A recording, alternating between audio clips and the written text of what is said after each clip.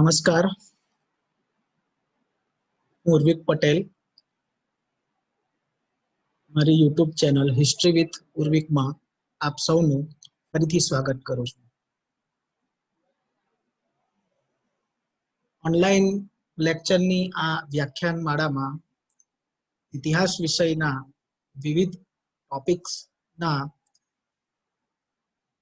વિદ્યાર્થીઓને એક ચોક્કસ સમજણ ઊભી થાય, પરીક્ષાલક્ષી મટીરિયલ એમને મળે, એ તમામ બાબતોનું ધ્યાન લઈને ગુજરાતી ભાષામાં વિદ્યાર્થીઓને સારી રીતે દરેક ઇતિહાસના ટોપિકનો સંપૂર્ણ ખ્યાલ આવે એ પ્રયત્નથી હિસ્ટ્રી વિથ ઉર્વિક ચેનલમાં ઇતિહાસ વિષયની આ વ્યાખ્યાન માળાના મણકાઓ ચાલુ કરેલા છે. આજે SYBA ના પેપર નંબર 6 ની અંદર આધુનિક ભારતના ઇતિહાસ જાણવાના સાધનો વિશે વાત કરવાની છે. આધુનિક ભારતના ઇતિહાસ જાણવાના સાધનો બાબતે આપણી પર કયા પ્રકારના પુરાવાઓ પ્રાપ્ત છે અને એ પુરાવાનો જો વ્યવસ્થિત રીતે ઉપયોગ કરવામાં આવે તો એમાંથી કયા પ્રકારની માહિતી આપણને પ્રાપ્ત થાય છે એ સંપૂર્ણ માહિતી અહીં આપવાનો પ્રયાસ કરવામાં આવેલ છે. તો સૌથી પહેલા આપણે આ ટોપિકની સામાન્ય પૂર્વ ભૂમિકાને જોઈએ, પછી આપણે આગળની વાત જેમ જેમ ટોપિક ચાલશે તેમ એની ઊંડાણપૂર્વકની વાત કરવાનો પ્રયત્ન કરશું.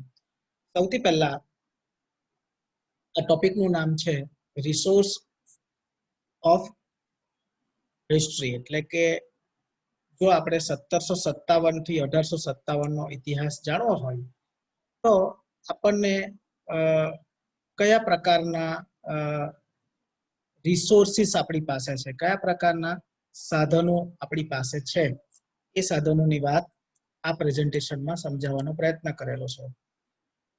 સામાન્ય રીતે સાધનો બે પ્રકારના આપણે ઇતિહાસની અંદર જોઈએ છે. એક તો કે પુરાતાત્વિક સાહિત્ય સાધનો અને બીજા સાહિત્યિક સાધનો. પુરાતાત્વિક સાધનો એટલે આપણે જોઈ શકીએ છીએ, અહીં મેં એક મૂર્તિ મૂકેલી છે. મૂર્તિ અથવા તો સિક્કા અથવા તો કોઈ સ્તંભલેખ અથવા શિલાલેખ, અભિલેખ, આ તમામ પ્રકારની સામગ્રીને આપણે પુરાતાત્વિક અવશેષોને અંદર સમાવીએ છીએ. જ્યારે સાહિત્યિક એટલે આપણને લિખિત, ચોક્કસ લિખિત સ્વરૂપમાં જે સાધનો પ્રાપ્ત થાય છે એને આપણે સાહિત્યિક સાધનો તરીકે ઓળખીએ છીએ. આધુનિક ભારતના ઇતિહાસ જાણવાની જ્યારે આપણે વાત કરીએ તો આપણે એ ઇતિહાસ જાણવો હોય તો કયા કયા કયા સાધનો વિશે આપણે માહિતગાર થવું પડે, અથવા તો આ સમયગાળામાં જે શાસક વર્ગ હતા ભારતના, એ પછી યુરોપિયન પ્રજા હોય કે ભારતના કેટલાક દેશી રજવાડાઓ હોય, એ રજવાડાઓ દ્વારા પ્રાપ્ત થતી પુરાતાત્વિક સામગ્રી અને એ સામગ્રીને આધારે જે પ્રાપ્ત થતી માહિતી ને આધારે આપણે જે તે સમયનો ઇતિહાસને સારી રીતે જાણી શકીએ છે. તો અહીં આપણે પ્રેઝન્ટેશનની અંદર પણ એ જોઈ શકીએ છીએ. હવે સૌથી પહેલા આપણે વાત કરીશું પુરાતાત્વિક સાધનો વિશે. પુરાતાત્વિક સાધનોની જ્યારે વાત કરીએ તો કઈ પ્રકારના પુરાતાત્વિક સાધનો આપણને પ્રાપ્ત થાય છે એ અહીં જોઈએ. તો યુરોપિયન પ્રજા દ્વારા ખાસ કરીને જે બનાવવામાં આવેલા જે જાહેર બાંધકામો છે એ એક અગત્યના પુરાવા તરીકે આપણને મળે છે. હસ્તપ્રતો મળે છે, સિક્કાઓ મળે છે, ભારતીય રાજાઓને લગતા કેટલાક પુરાવાઓ આપણને મળે છે, નકશાઓ મળે છે. આમ કેટલાક પુરાતાત્વિક સાધનો નો અહીં ફોટોગ્રાફ્સની મદદથી આપણે સમજવાનો પ્રયત્ન કરીએ તો દાખલા તરીકે 1600 ની આસપાસ બનેલું આ ગોવાનું એક અગત્યનું દીવનું એક અગત્યનું ચર્ચ આપણે જોઈ શકીએ છીએ. એ જ રીતે સેન્ટ થોમસ ચર્ચ પણ જે દીવમાં આપણે હવે મ્યુઝિયમ તરીકે જેનો ઉપયોગ કરવામાં આવે છે એ પણ અહીં જોઈ શકીએ છીએ. ઈસવીસન ની 16મી સદીમાં જે પોર્ટુગીઝ દ્વારા જે કિલ્લો બનાવવામાં આવેલો છે દીવમાં, તો આ પણ એક સામાન્ય રીતે સૌથી પહેલા આપણે જોઈએ કે ભારતમાં આવેલી વિદેશી પ્રજામાં સૌથી પહેલા પોર્ટુગીઝ પ્રજા વિશે જો આપણે જોઈએ તો ખાસ કરીને દીવ, દમણ અને ગોવા જેવા વિસ્તારમાં એમણે અગત્યના સ્થાપત્યો તેમના કલ્ચર પ્રમાણે બનાવેલા આપણે જોઈ શકીએ છે. તો આ એક અગત્યનું પુરાતાત્વિક સાધન તરીકે આપણે જોઈ શકીએ છીએ. એ જ રીતે ભારતમાં પોર્ટુગીઝ બાદ આવેલી અંગ્રેજી પ્રજા દ્વારા જે સ્થાપત્યો બાંધવામાં આવેલા એ પણ અગત્યના છે. દાખલા તરીકે ફોર્ટ સેન્ટ જ્યોર્જ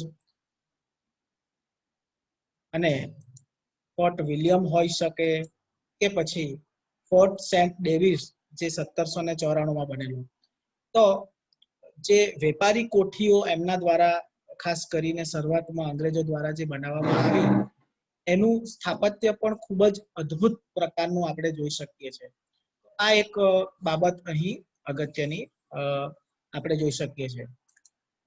આગળ જો આપણે આ જ શ્રેણીમાં વાત કરીએ તો નેશનલ લાઇબ્રેરી જે 1836માં કોલકાતામાં બનાવવામાં આવેલી એ પણ સ્થાપત્યનો એક બેનમૂન નમૂનો છે. રાઇટર્સ બિલ્ડિંગ લગભગ 177 વર્ષ એ પણ જૂની છે. આપ એમનું બાંધકામ એના બાંધકામમાં જૂની ગ્રીસ જે શૈલી છે એ ગ્રીસના જૂના મકાનોની શૈલી અહીં ખાસ કરીને યુરોપિયન શૈલીનું આપણે દર્શન આ ચિત્રમાં પણ કરી શકીએ છીએ. તો આમ British East India company, French East India company, Portuguese વગેરે દ્વારા ભારતમાં જુદા જુદા બાંધકામો, એ પછી નદી હોય કે પછી રેલવે હોય કે જાહેર બાંધકામો હોય કરવામાં આવ્યા છે. જો એનો વ્યવસ્થિત રીતે અભ્યાસ કરવામાં આવે તો આપણે એમના જે સ્ટ્રક્ચરલ યુરોપિયન બનાવટ છે એને સારી રીતે સમજી શકીએ છીએ. ભારતમાં લગભગ આ પ્રકારના પુરાવાઓ સમગ્ર વિસ્તારમાં પથરાયેલા છે, પણ હવે એને જુદા દ્રષ્ટિકોણથી જોવાનો આપણે પ્રયત્ન કરવો પડે. સામાન્ય રીતે આધુનિક યુગના ઇતિહાસ જાણવાના સાધનોની જ્યારે વાત આવે ત્યારે આપણી પાસે પૂરતા પ્રમાણમાં સાહિત્યિક લખાણો પ્રાપ્ત હોય, પુરાતાત્વિક સાધનો પ્રત્યે એક પ્રકારની ઉદાસીનતા જોવા મળે છે અથવા તો એને એ દ્રષ્ટિથી જોવામાં આવતી નથી. જેમ જ્યારે પ્રાચીન ભારતનો ઇતિહાસ જાણવાની વાત આવે ત્યારે પુરાતાત્વિક સાધનો આપણા માટે સાહિત્યિક સાધનો કરતા પણ સૌથી વિશેષ બની જાય છે. પરંતુ જ્યારે આધુનિક યુગનો ઇતિહાસ જાણવાની વાત આવે છે ત્યારે આપણી પર સાહિત્યિક પુરાવાઓ એટલી મોટી સંખ્યામાં, એટલી વિપુલ સંખ્યામાં છે કે આપણે પુરાતાત્વિક સાધનો વિશે ક્યાંક ને ક્યાંક થોડું ઓછું ધ્યાન આપવામાં આવતું હોય છે. તો એ બાબતને પણ અહીં આપણે જોઈ શકીએ છીએ. આ જ શ્રેણીમાં આગળ આપણે વાત કરીએ તો કોઈ પણ સમાજનો અથવા તો કોઈ પણ સમયના રાજા કે શાસકનો ઇતિહાસ જાણવા માટે તેમના સમયના સિક્કાઓને જાણવું ખૂબ જ જરૂરી બને છે. તો ભારતમાં આવેલા રાજાઓ અથવા તો રાજ શાસન કરતા રાજાઓ અથવા જુદા જુદા સમયે ભારતમાં આવેલી વિદેશી પ્રજાઓ દ્વારા ભારતમાં જુદા જુદા સમયે જુદા જુદા મૂલ્યના સિક્કા પડાવ્યા હતા. અને એ સિક્કાના કેટલાક ચિત્રો મેં અહીં મૂકવાનો પ્રયત્ન કરેલો છે. પછી ક્વાર્ટર આના હોય કે હાફ આના હોય કે આ બંગાળ પ્રેસિડેન્સીના સિક્કા હોય કે ક્વીન વિક્ટોરિયાના સિક્કા હોય, મદ્રાસ પ્રેસિડેન્સીના સિક્કા હોય, બોમ્બે પ્રેસિડેન્સીના સિક્કા હોય, આ સિક્કાઓ દ્વારા પણ આપણે આ સમયનો ઇતિહાસ અથવા તો આ સમયની આર્થિક પ્રવૃત્તિ વિશે ઘણી બધી માહિતી મેળવી શકીએ છે. તો આ એક બાબત અગત્યની જોઈ શકાય સિક્કાની જ્યારે આપણે વાત કરીએ ત્યારે. જ્યારે ભારતમાં પોર્ટુગીઝ પછીની યુરોપિયન પ્રજાઓ આવવા લાગી એટલે એમણે ભારતમાં વેપાર અને પોતાની સામ્રાજ્યવાદી નીતિનું વિસ્તરણ કરવા માટે ભારતમાં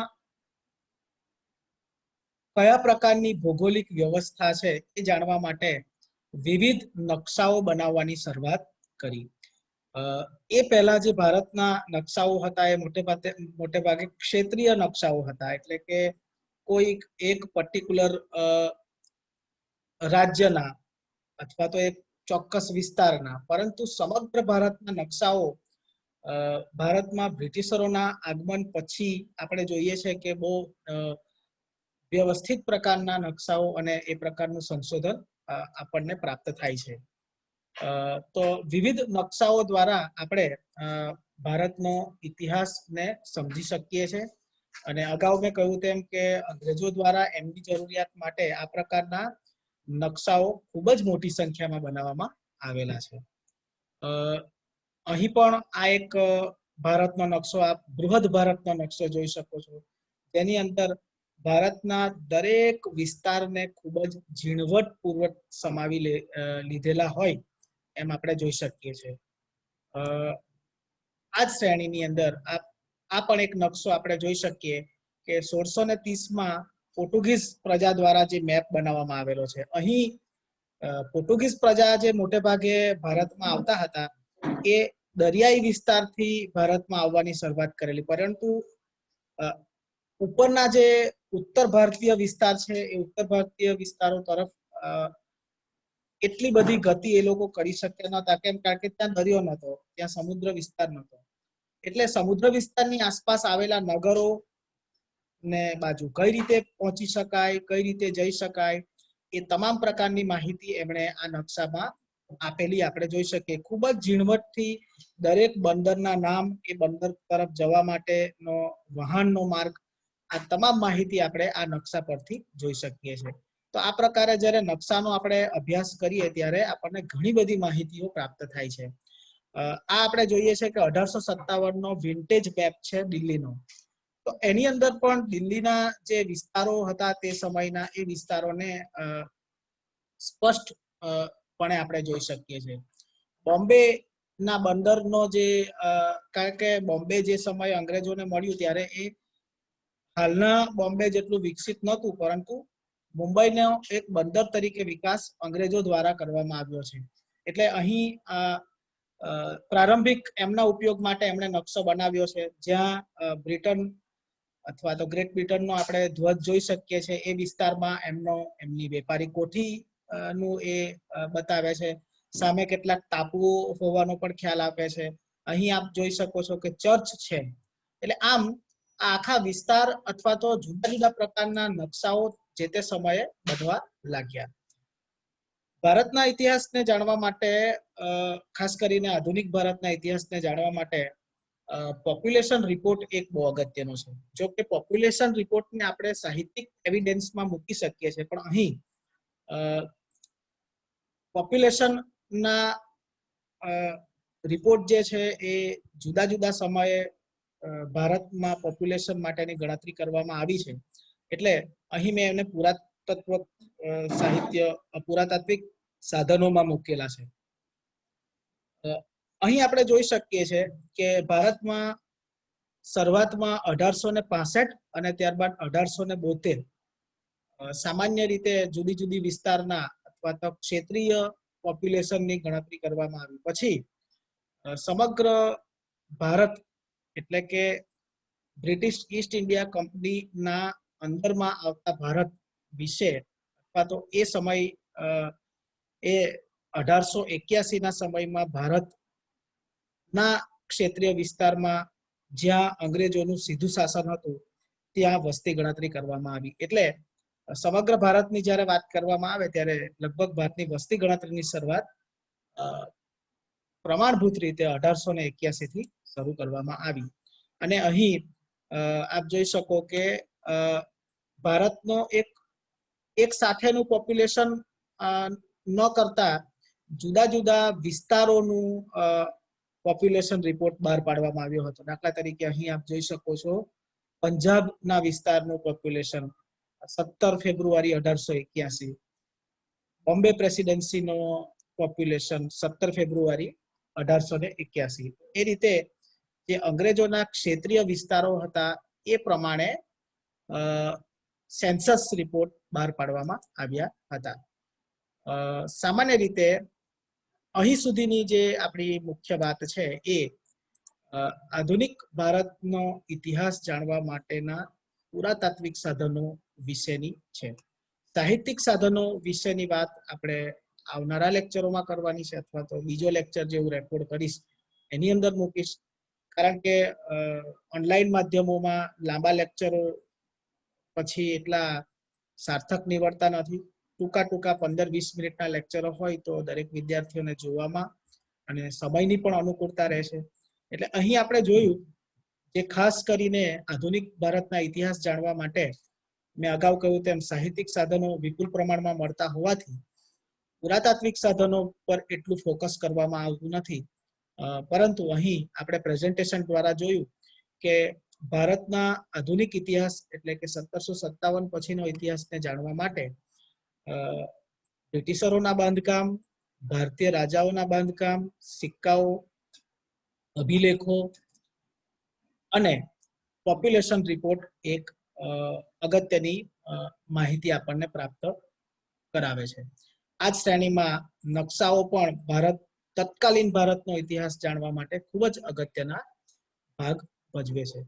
તો મને આશા છે કે આધુનિક ભારતના ઇતિહાસ જાણવાના પુરાતાત્વિક સાધનો વિશે જેટલી માહિતી આપવાનો પ્રયાસ કર્યો છે એ માહિતી વિશે આપને ખ્યાલ આવ્યો હશે.